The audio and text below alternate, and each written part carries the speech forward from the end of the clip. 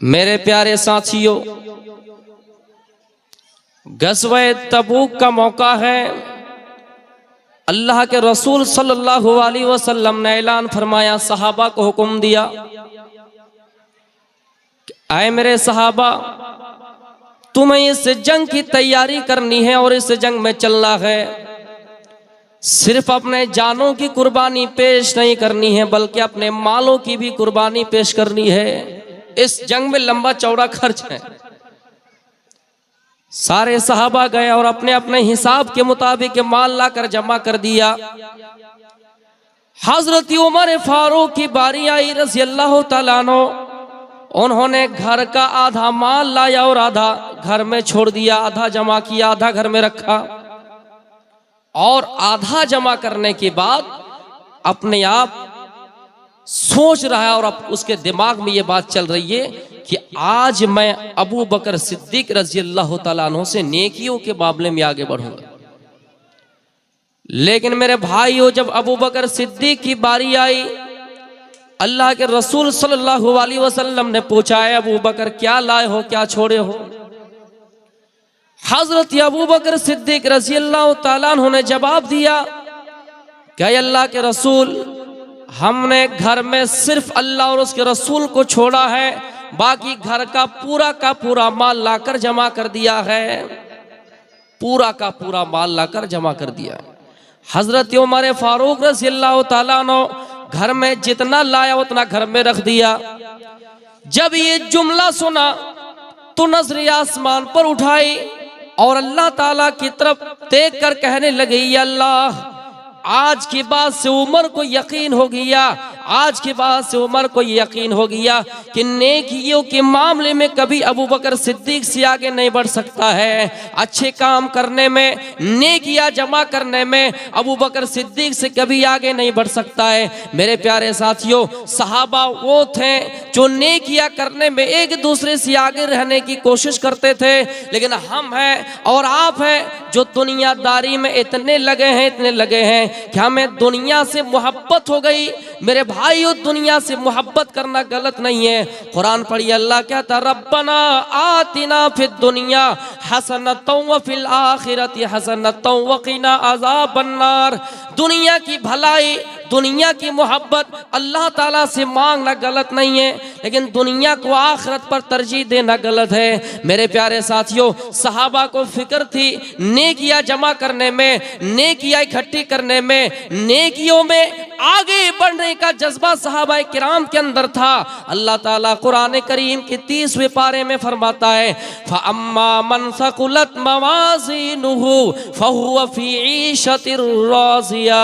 ऐ लोगों, मैदान महशर होंगे, कल क़यामत का दिन होगा, जिसकी नेकियां ज्यादा होगी उसको ऐश व इशरत वाली जिंदगी में जगह दी जाएगी। वो अम्मा मन खफ़त मवाज़ीनुहु, और जिसकी नेकियां कम हो जाएंगी उनका ठिकाना फ़उम्मुहु हाविया, हाविया होगा। वमा अदराका मा हिया, यह हाविया क्या होता है? अल्लाह ताला जवाब दे रहा है कि नारुन हामिया, वो तो दहकती हुई आग है। तो हजरत उमर फारूक रज़ी अल्लाह तआला अन्हु को यकीन हो गया कि मैं नेकियों में कभी अबू बकर सिद्दीक से आगे नहीं बढ़ सकता। मेरे भाइयों, हजरत उमर फारूक रज़ी अल्लाह तआला अन्हु सोच रहे थे कि कब मैं नेकियों के मामले में आगे बढ़ूंगा। अल्लाह ताला इस आयत में कह रहा है कि ऐ लोगों, आओ नेकियां करने में, अच्छे काम करने में जल्दी करो, एक दूसरे से आगे बढ़ने की कोशिश करो। जब भी मौका मिले ये ना सोचो कि कल करेंगे, परसों करेंगे, आज नहीं, अभी आओ नेकियां करने में जब मौका मिल जाए। मेरे प्यारे साथियों, ये सहाबा थे जो नेकियां करने में आगे रहते थे। लेकिन सवाल ये पैदा होता है कि हमें और आपको आखिरत के ऊपर यकीन ही नहीं है, क़यामत के ऊपर यकीन ही नहीं है। मुसलमानों में, अहले हदीसों में भी बहुत सारे लोगों में ये बात हम सुनते हैं, वो ये कहते कि पता नहीं क़यामत होगी या नहीं, जन्नत जहन्नम है या नहीं, मरने के बाद ईश्वर का वजूद होगा या नहीं। मेरे भाइयों, डॉक्टर हरीश कुमार जिन्होंने फिजिक्स में पीएचडी किया है, डॉक्टर हैं, उनके दिमाग में जब ये पहला सवाल आया, बड़े बड़े आलिमों के पास गए, यहूदी आलिम के पास गए, मुसलमानों के पास गए और पूछते रहे, जवाब मालूम करता रहा कि साइंस ये कह रही है कि मरने के बाद ईश्वर का वजूद नहीं होगा, अगर होगा तो दिखाइए। किसी आलिम ने जवाब नहीं दे सका, अगर जवाब दिया भी तो उनको इत्मीनान नहीं कर सका। लोगों ने बताया, डॉक्टर हरीश कुमार सुनो, इस्लाम मजहब में एक ऐसा स्कॉलर है जो तुम्हें तुम्हारे सवाल का जवाब दे सकता है, उसका नाम डॉक्टर जाकिर नाइक है। उनकी मजलिस में गया, डॉक्टर जाकिर नाइक से भी सवाल करता है, डॉक्टर जाकिर नाइक उनको जवाब देता है। लेकिन मेरे भाइयों, डॉक्टर जाकिर नाइक के जवाब से भी वो मुतमईन नहीं हुए। एक दिन सुबह की बात है, वो एक सब्जी फरोश, सब्जी बेचने वाले इंसान के पास जाता है, चाय पीता है और चाय पीने के बाद मामूल के मुताबिक बात शुरू कर देता है कि मरने के बाद अगर पता चला कि ईश्वर नहीं है, अल्लाह का वजूद नहीं है, तो फिर दुनिया में नमाज़ें पढ़ के क्या फ़ायदा है, दुनिया में शराब से बच के क्या फ़ायदा है, दुनिया में जिना से बच के क्या फ़ायदा है, दुनिया में हलाल अपना के क्या फ़ायदा है, अगर मरने के बाद पता चल जाए कि ईश्वर ही नहीं है। तो सब्जी बेचने वाले इंसान ने जवाब दिया, सुनो, तुम्हारे पास दो रास्ता है, उन दो रास्ता में से एक रास्ता तुम्हें चुनना पड़ेगा। एक रास्ता यह है कि ये तुम मान लो कि मरने के बाद ईश्वर होगा ही नहीं, मरने के बाद कोई ईश्वर नहीं, इस जगत का जो पालनहार है वो मरने के बाद है ही नहीं, मान लो। और दूसरा रास्ता यह है कि मान लो कि मरने के बाद ईश्वर है, खुदा है। अगर ये मान लो कि मरने के बाद ईश्वर नहीं है, खुदा नहीं है, तो फिर दुनिया में एक अच्छा इंसान और एक बुरा इंसान दोनों बराबर हो जाएगा, दोनों में कोई फर्क नहीं रहेगा। लेकिन हाँ, मरने के बाद अगर अल्लाह का पता चल गया, मरने के बाद अगर ईश्वर का पता चल गया, मरने के बाद अगर जगत का पालनहार का पता चल गया, तो फिर कौन फंसेगा? मेरे भाइयों, इतना कहना था। वो आदमी डॉक्टर हरीश कुमार कहता है, हाँ हाँ तुम्हारी बात हमारे दिलों में बैठ गई है, हमें इस्लाम लाने पर मजबूर कर दिया है, तुम्हारी बात हमारे दिलों में घर कर गई है। मेरे प्यारे साथियों, कि मरने के बाद अगर ईश्वर नहीं है तो फिर दुनिया में सारे लोग, चाहे दुनिया में कोई अच्छा है बुरा है, उस दुनिया में सब बराबर हो जाएगा। लेकिन मरने के बाद अगर ईश्वर का पता चल जाए तो फिर वो लोग फंसेगा जो दुनिया में हलाल को छोड़कर हराम को अपनाया है। तो मेरे भाइयों, पहले ईमान रब की बख्शिश की तरफ आओ, उसकी रहमत की तरफ आओ। सबसे पहले हमारा ईमान मजबूत होना है कि हम अल्लाह की जात पर ईमान ले आए। अभी हाल में जो 20 दिसंबर को एक डिबेट हुआ, मेरे भाइयों, जो मैं आपको मिसालें दूंगा, उस डिबेट में ये मिसालें पेश नहीं हुई हैं। मैं आपको उस मिसालों से बात समझाना चाहूंगा। एक सवाल ये करते कि मरने के बाद मेरे भाइयों ईश्वर होगा नहीं, ये साइंस कह रही है और अकली दिमाग भी ये कहती है। उन लोगों का कहना ये है कि जिस तरह ये कायनात बनी है, इसको बनाने वाला कोई नहीं है। अगर इसको बनाने वाला कोई होता तो कहां है वो ईश्वर? अपनी शक्ल में क्यों प्रकट नहीं होता? उसकी आवाज हमारे कानों तक क्यों नहीं आती है? मेरे भाइयों, मिसाल लीजिए, अगर कोई बंदूक चलाने वाला हो, अगर कोई गोली चलाने वाला हो, गोली चलाने वाला आदमी, निशानेबाज आदमी, गोली चलाने के लिए सबसे पहले अपने ऊपर जो कमांडर होगा उनसे परमिशन मांगेगा, उनसे इजाजत मांगेगा। वो फिर उसके जो ऊपर है, सीनियर है, उनसे परमिशन मांगेगा। वो फिर अफसर से परमिशन मांगेगा। अगर उसके ऊपर भी कोई होगा तो फिर वो उससे मांगेगा। अगर ये सिलसिला चलता रहेगा, वो इससे पूछेगा, वो इससे पूछेगा, वो इससे पूछेगा।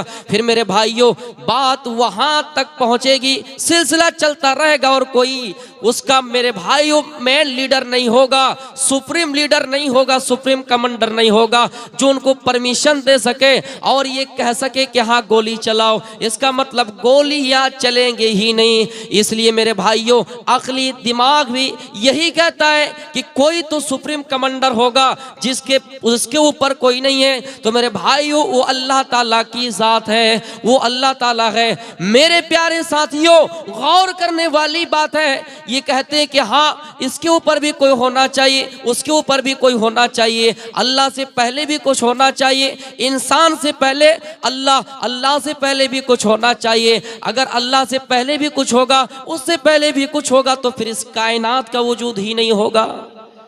तो कोई तो है सुप्रीम कमांडर मेरे भाइयों, जहां उसकी ही ताकतें काम आएंगी, उसकी ही बातें चलेगी और फिर गोलियां चलेंगी, वरना ये सिलसिला जारी रहेगा। वो उससे पूछेगा, वो उससे पूछेगा, फिर गोलियां चलने की बात ही नहीं आएगी। मिसाल एक और लीजिए मेरे भाइयों, एक जंजीर मेरे भाइयों कड़ियों से बांधी हुई है, लटकी हुई है किसी छत के ऊपर। एक कड़ी के बाद दूसरी कड़ी, दूसरी कड़ी के बाद तीसरी कड़ी, यानी जो नीचे की कड़ी है वो ऊपर की कड़ी से मिली हुई है, जुड़ी हुई है, उससे ऊपर की कड़ी उससे ऊपर की कड़ी से मिली हुई है। कोई तो खूंटा है, कोई तो सहारा है, कोई तो पिलर है, कहीं तो कील है मेरे भाइयों, और वो कील अल्लाह रब्बुल आलमीन है, वरना ये जंजीर मेरे भाइयों आसमानों में लटक नहीं सकती है। मानता हूं इस कड़ी के बाद दूसरी कड़ी है, उस कड़ी के बाद तीसरी कड़ी है, लेकिन कहीं तो कील है, कहीं तो खूंटा है, कहीं तो खंबा है, कहीं तो मेरे भाइयों कुछ सहारा है, और वो सहारा अल्लाह ताला है। मेरे प्यारे साथियों, पहले ईमान लाना है, उसके बाद नेक अमल की तरफ हमें और आपको आगे बढ़ना है। वसारिउ इला मगफिरतिम मिन रब्बिकुम व जन्नतिन अर्जुहा समावातु वल अर्ज़ वइद्दत लिल मुत्तकीन। ऐ लोगो, रब की बख्शिश की तरफ तेजी से आगे आओ और उसकी रहमत की तरफ तेजी से आगे आओ। यानी इंसान को सबसे पहले अल्लाह की ज़ात पर यकीन करना होगा कि हाँ अल्लाह ताला है, और ये दुनिया एक दिन ख़त्म हो जाएगी, ये दुनिया एक दिन फानी, ये दुनिया फानी है। कुल्लु मन अलैहा फान, दुनिया की सारी चीज़ें फना हो जाएगी और क़यामत होगी। एक आदमी आता है और सवाल करता है कि दुनिया में इंसान को अल्लाह ताला जिस तरह चाहता है इंसान को चलाता है, अल्लाह के परमिशन के बगैर दरख्त का एक पत्ता भी नहीं हिलता, तो फिर अल्लाह रब्बुल आलमीन को क़यामत करने की क्या ज़रूरत थी? दुनिया जैसे चलती वैसे चलना चाहिए, वैसे ही चलती रहे, क़यामत करने की क्या ज़रूरत थी? मेरे भाइयों, ये सवाल हुआ, उसी वक्त फ़ौरन उन्होंने कि मिट्टी का ढेला उठाया और उसकी तरफ मार दिया। जैसे मारना था उस आदमी को मारा, और उन्होंने फ़ौरन थाने में जाकर, फ़ौरन कोतवाली में जाकर उन्होंने शिकायत कर दी, उन्होंने उसके ऊपर मुकदमा कर दिया, FIR दर्ज हो गया। मेरे प्यारे साथ उस आदमी को कटघरे में खड़ा किया गया और कहा, आदमी तुम ये बताओ कि तुमने इसको बगैर जुर्म के, बगैर सजा के, बगैर गलती के ढेला क्यों मारा है? तुमने ढेला क्यों मारा है? वो आदमी कहता है, साहब मैंने इसको ढेला मारा नहीं है, मैंने तो इसको जवाब दिया है। इन्होंने कहा कि क़यामत क्यों होनी चाहिए और अल्लाह को क्या ज़रूरत है क़यामत करने की? मेरे भाइयों, कुरान पढ़िए, अल्लाह ताला कहता मालिक यौमिद्दीन, क़यामत के दिन का वो मालिक होगा, बादशाह होगा, क़यामत होगी। मेरे प्यारे साथियों, एक ही ढेला इंसान को मारा गया, इसकी शिकायत थाने में हुई, मुकदमा हुआ।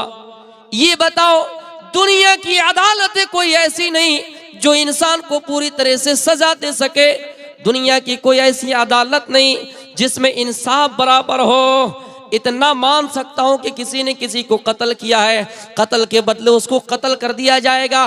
किसास के बदले, मेरे नबी ने फरमाया किसास के बदले किसास ले लो, बदला ले लो। किसी ने किसी को कत्ल किया, उसके बदले उसको भी कत्ल कर दिया जाएगा। मेरे भाइयों, थोड़ी देर के लिए मानता हूं कि सजा बराबर हो गई, सजा बराबर हो गई, उसको सजा मिल गई।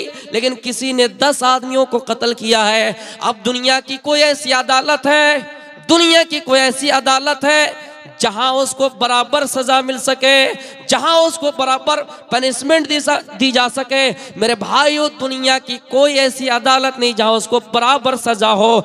इसलिए अल्लाह रब्बुल आलमीन ने दुनिया का निज़ाम बनाया, पूरे कायनात को बनाया, यूनिवर्स को बनाया, और दुनिया में लोग रहते हैं, दुनिया में अगर गलतियां हो जाए, किसी अदालत में कुछ सजाएं मिल जाए, लेकिन आखिरी जो अदालत होगी इंसान को जहां पूरी तरह से बदला दिया जाएगा, पूरी तरह से सजा दी जाएगी, एक एक इंसान को मेरे भाइयों उसका हिसाब व किताब होगा।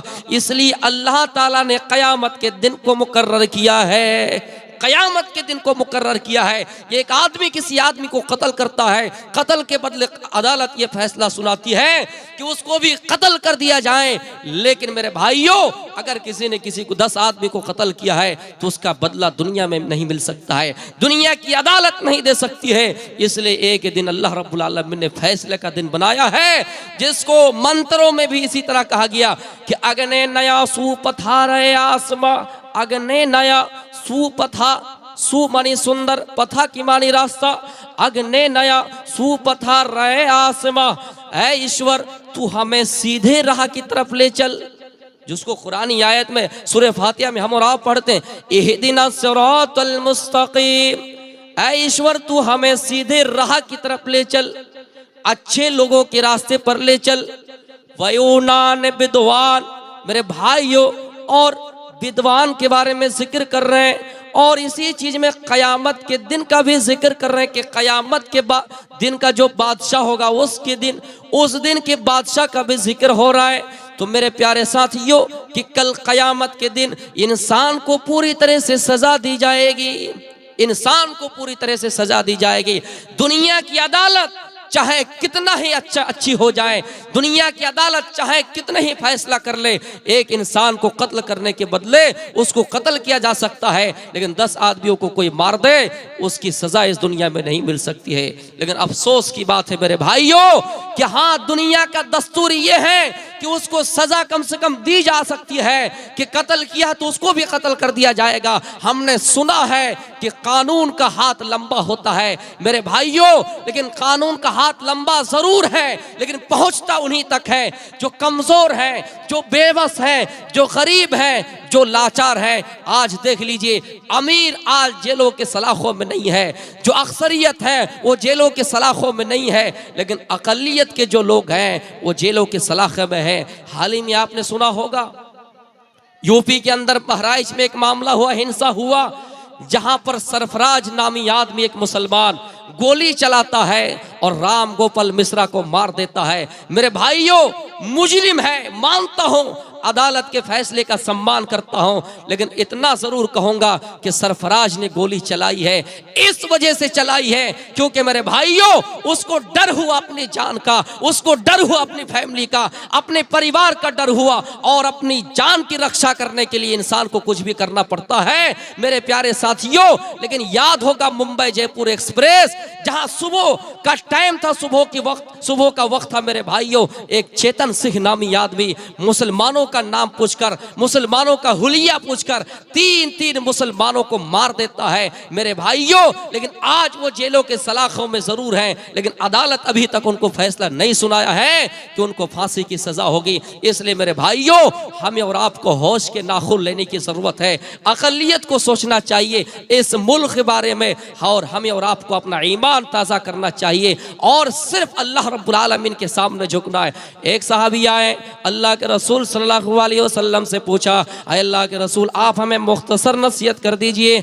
आपने फरमाया, इदा सालत फसअलिल्लाह व इज़ा इस्तअनत फस्तईन बिल्लाह, जब भी मांगो तो अल्लाह ताला से मांगो, मदद की जरूरत पड़ जाए तो अल्लाह ताला से मांगो।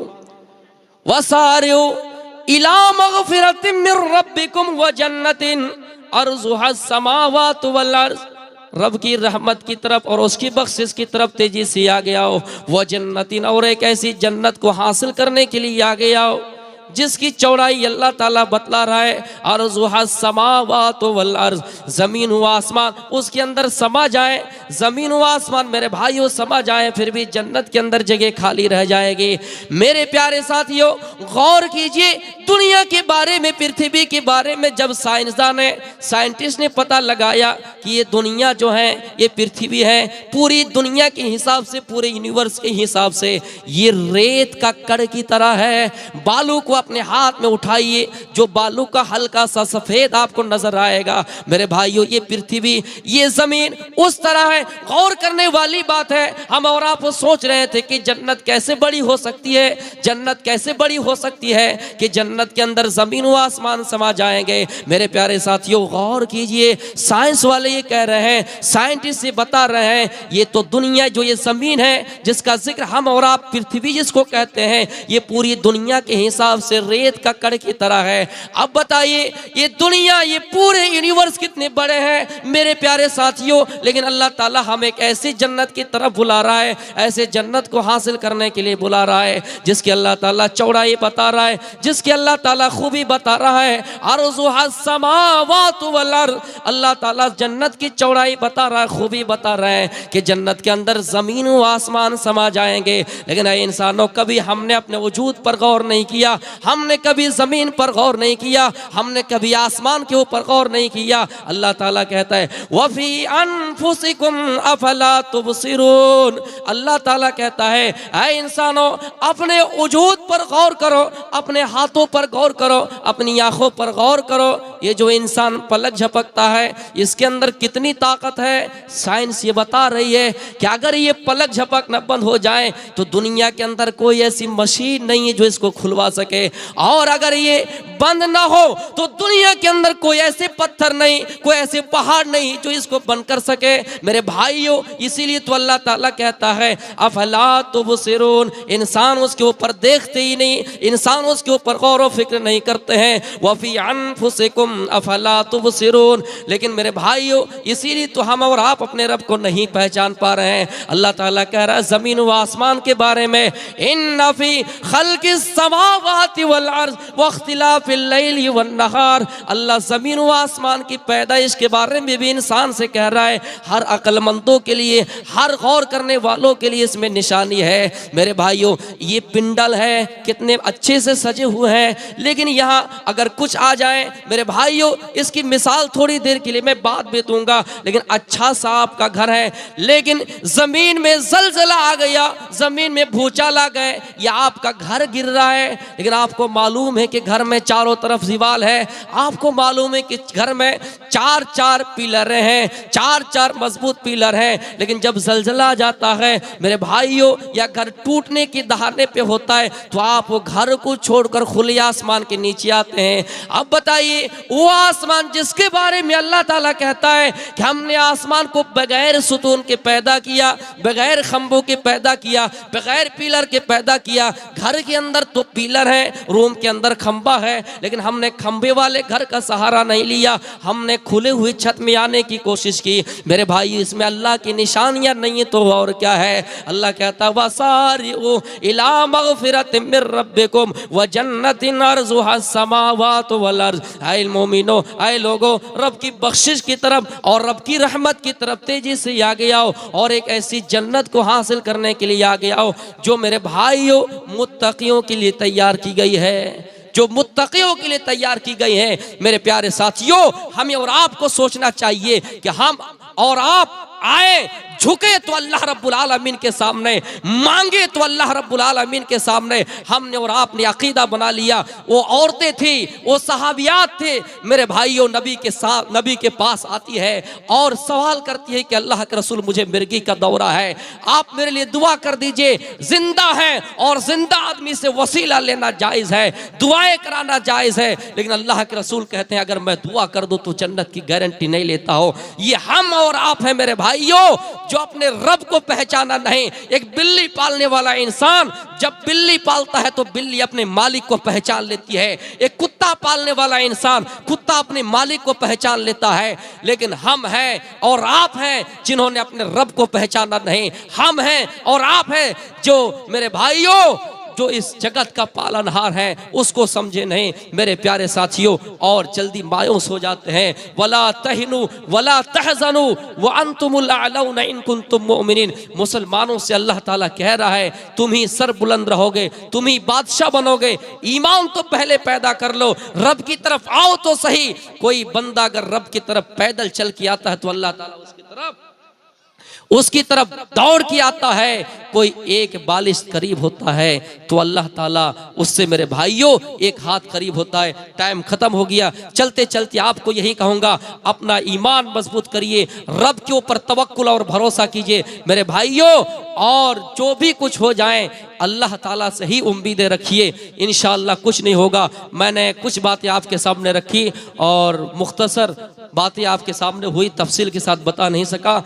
आखिर में चलते चलते यूँ कहूँगा कि अगर हम मायूस हो रहे हैं हालात से तो उक़बा बिन नाफे की तरह हमें और आपको होना है, और इस्लाम को लहराने के लिए, मुल्क की हिफाजत करने के लिए अपने जानों की कुर्बानी पेश करनी हो, हम तैयार रहें हंज़ला की तरह मेरे भाइयों। उक़बा बिन नाफे वो हैं, देख रहे हैं आगे समंदर हैं, लश्करों से कह रहे हैं दौड़ा दो घोड़े। मेरे भाइयों शायर मशरिक डॉक्टर अल्लामा इकबाल रहमतुल्लाह अलैह उनके जज्बात के बारे में लिख रहे हैं कि दस्तो दस्त हैं दरिया भी ना छोड़े हमने, बहरे जुल्मात में दौड़ा दिए घोड़े हमने। मेरे प्यारे साथियों, इन्हीं बातों के साथ मैं अपनी तकरीर ख़त्म कर रहा हूँ एक शेर के साथ। सूरज से यो आँख मिलाना मुश्किल क्या नामुमकिन है, सूरज से यो आँख मिलाना मुश्किल क्या नामुमकिन है, दुनिया से इस्लाम मिटाना मुश्किल क्या ना